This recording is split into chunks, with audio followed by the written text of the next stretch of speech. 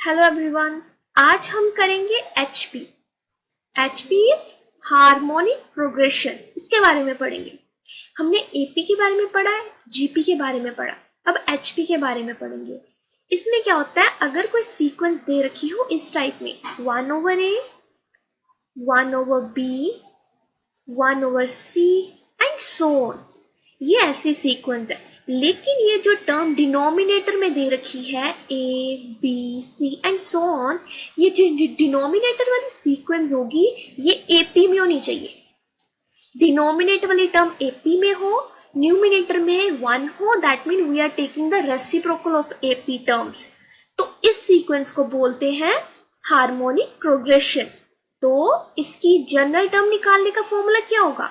AP की general form निकालने का टर्म निकालने का फॉर्मूला था A प्लस n-1D। तो इसमें क्या है, इसमें AP की टर्म का रेसिप्रोकल है। तो इसमें भी जो कोई भी टर्म निकालनी हो तो उसका फॉर्मूला क्या बनेगा, 1/A प्लस n-1D। A आपको पता क्या होता है, फर्स्ट टर्म होती है। D होता है कॉमन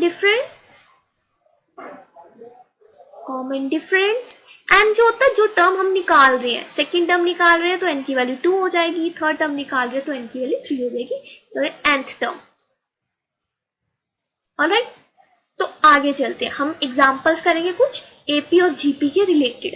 तो हमारे पास ये एग्जांपल है, पहले हमें nth टर्म निकालनी है इस सीक्वेंस की। हमें नहीं पता ये AP है या GP है, हमें फाइंड करना पड़ेगा।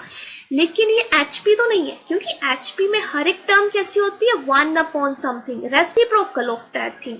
तो इसको हम सॉल्व करने जा रहे हैं। तो देखो, पहले हम डिफरेंस चेक करते हैं कि डिफरेंस इसका कॉमन आ रहा है या नहीं।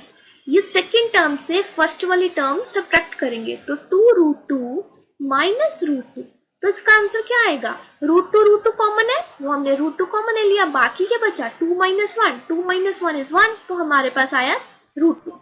अगर थर्ड एंड सेकेंड टर्म का डिफरेंस चेक करें तो वो आएगा 3√2 माइनस 2√2, √2 कॉमन आ जाएगा और बाकी टर्म आएगी 3 - 2, 3 - 2 is 1 and only term left is √2। तो यहाँ से भी डिफरेंस √2 आया, यहाँ से भी डिफरेंस 2 आया, तो दैट मीन हमारा कॉमन डिफरेंस जो है D की वैल्यू वो √2 है। A क्या है, फर्स्ट टर्म वो हमारी दे रखी है √2, A भी √2 है, D भी √2 है। हमें निकालनी है nth टर्म। nth टर्म का फॉर्मूला होता है A प्लस n-1D। A की वैल्यू रखेंगे √2 प्लस n हमें नहीं पता तो n-1 as it is, D की वैल्यू √2। अब इसको ओपन करते हैं, तो हमारे पास √2 प्लस इसको मल्टीप्लाई किया तो √2 टाइम्स n माइनस √2। ये पॉजिटिव √2 है, ये नेगेटिव √2 है, तो ये आपस में कैंसिल हो जाएंगे, हमारे पास सिर्फ बचेगा √2 ऑफ n। तो ये हमारा nth टर्म आ चुकी है, that is √2n। Tn is √2n, that is the answer. Alright, next example पे आते हैं। हमारे पास नेक्स्ट एग्जांपल है, हमें सॉल्व करना है Tn लेस देन 0 के लिए और फाइंड करना है कि सीक्वेंस की फर्स्ट नेगेटिव टर्म कौन सी है। तो ये सीक्वेंस है, पहले तो ये चेक करने पड़ेगा क्या है। सेकेंड टर्म से फर्स्ट सब टर्म सब्ट्रैक्ट किया, 160 से 165 सब्ट्रैक्ट किया तो -5 आएगा, 155 से 160 सब्ट्रैक्ट किया तो -5 आएगा। तो हमारे पास कॉमन डिफरेंस जो आ रहा है वो तो -5 है। हमें चाहिए n की कौन सी वैल्यू है कि ये जो सीक्वेंस है नेगेटिव आंसर दे रही है, टर्म जो है वो नेगेटिव हो जा रही है। तो हमने जनरल टर्म का फॉर्मूला लिखा, हमें चाहिए Tn लेस देन 0। Tn क्या है, A प्लस n-1D, और ये चाहिए हमें लेस देन 0। A की वैल्यू क्या है 165, n हमें नहीं पता, उसे n को n रहने दो। D की वैल्यू क्या है -5, ये लेस देन 0 होना चाहिए। तो इसको सॉल्व करते हैं, -5 को अंदर मल्टीप्लाई करवाएंगे तो बनेगा -5 of n plus 5, this should be less than 0। इन दोनों को ऐड किया तो 170 इज लेस देन 5n, तो यहां से आ जाएगा 170 by 5 is less than n। तो वैल्यू क्या आएगी, 3 5 3 15, 3 and 5 4 20, तो 34 इज लेस देन n। तो हमारे पास ये आंसर आया, n is should be greater than 34। क्या लिख सकते हैं, n is greater than 34। n जो है वो नेचुरल नंबर होता है, और 34 से बड़ा नेचुरल नंबर कौन है? 35। तो दैट मीन जब हम t ऑफ 35 निकालेंगे वो टर्म लेस देन 0 आएगी। चेक कर लेते हैं, t ऑफ 35 चेक करते हैं क्या आएगा, a plus 35 minus 1d। a की value 165 plus 31 minus 1 it's 34, d की वैल्यू -5। तो इसको सॉल्व करेंगे, 165 माइनस 5 4 ज़ा 20, 2 कैरी, 5 3 ज़ा 15, 16 17, तो हमारे पास आ रहा है -5। तो देखो नेगेटिव आंसर आया। तो ये नेगेटिव आ गया, इसके आगे वाली जो टर्म्स होंगी 36, 37 टर्म, 38 टर्म, वो सारी नेगेटिव है, लेकिन हमें चाहिए थी फर्स्ट नेगेटिव टर्म। तो फर्स्ट नेगेटिव टर्म कौन सी है? जो 35th टर्म है। t of 35 is the first term that is negative, तो इसका आंसर 35 आ जाएगा। ओके, आगे चलते हैं। ऑलराइट, ये हमारे पास सम है, हमें इसको सॉल्व करना है। ये दे रखा है जीपी है, तो जीपी में nth टर्म का फॉर्मूला दे रखा है, वो क्या होता है, a r raise to power n-1। तो हमें चेक करना है इसके रेशियो क्या है। तो t6 दे रखा है, दैट मीन n की वैल्यू क्या है, 6। तो हमने t6 लिखा, ये किसके इक्वल आएगा, a r power 6 minus 1। Open करेंगे तो क्या आएगा, t6 is equal to a r power 5। t6 की वैल्यू कितनी दे रखी है, -243, तो इसको रिप्लेस किया -243। a की वैल्यू भी दे रखी है 35, तो 32, इट्स 32 और r power 5।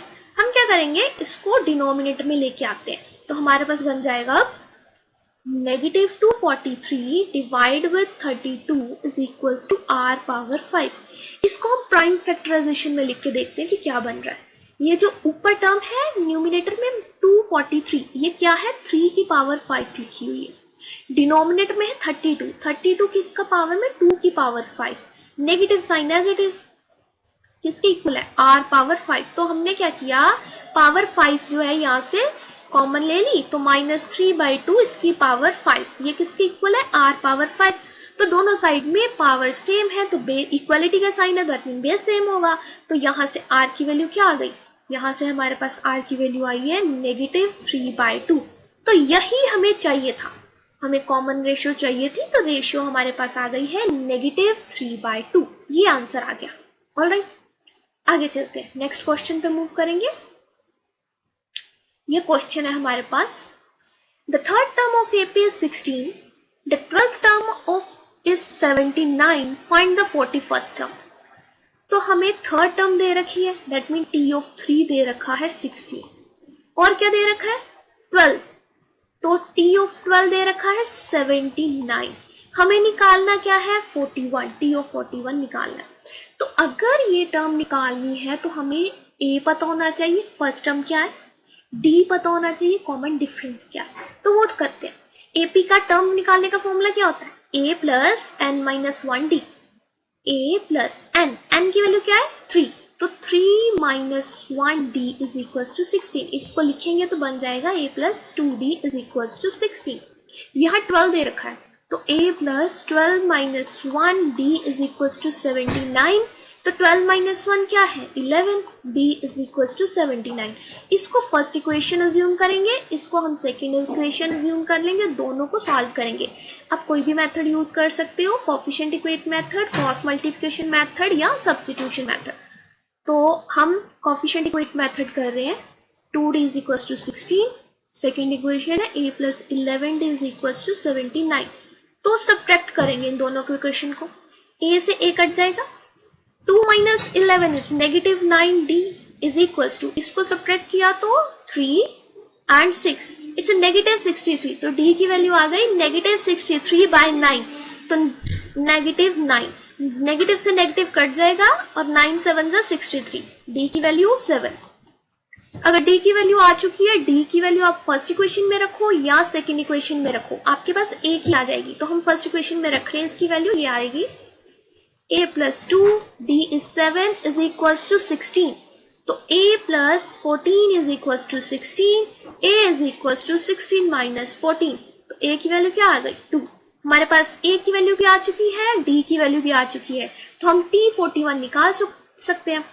t41 is a plus n-1, n is 41 - 1 into d, A is 2, 41 minus 1 is 40, B is 7. तो इसको करेंगे 2 plus 7 4 जा 28 and 0, तो हमें यहाँ से मिल रहा है 282. तो T41, the 41 term of the AP is 282. तो हमारे पास 41th टर्म है वो हमने निकाली. हमने 4 टाइप के क्वेश्चंस किए यहाँ पे. फर्स्ट टाइप ये है, सेकंड ये है, थर्ड ये है और फोर्थ ये. तो आज के लेक्चर में बस इतना ही. हमने एचपी के बारे में सीखा और एपी और जीपी के डिफरेंट टाइप्स के क्वेश्चंस किए. नेक्स्ट लेक्चर्स में हम some of AP, some of GP series के बारे में पढ़ेंगे. Alright, so thank you.